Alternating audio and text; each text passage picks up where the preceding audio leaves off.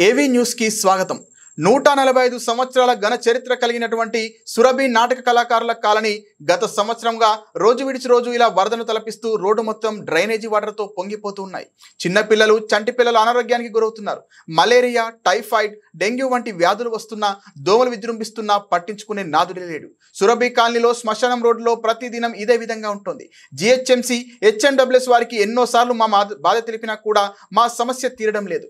ఇకనైనా మా కమిషనర్ పై దయ ఉంచి సమస్యను తీరుస్తారని పత్రికా పరంగా వాట్సాప్ గ్రూప్ ద్వారా తెలియజేస్తున్నాం.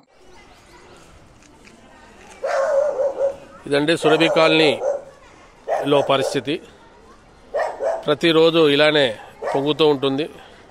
కానీ పట్టించుకొని హెచ్ఎండబ్ల్యూఎస్ వారు, జిహెచ్ఎంసీ వారు,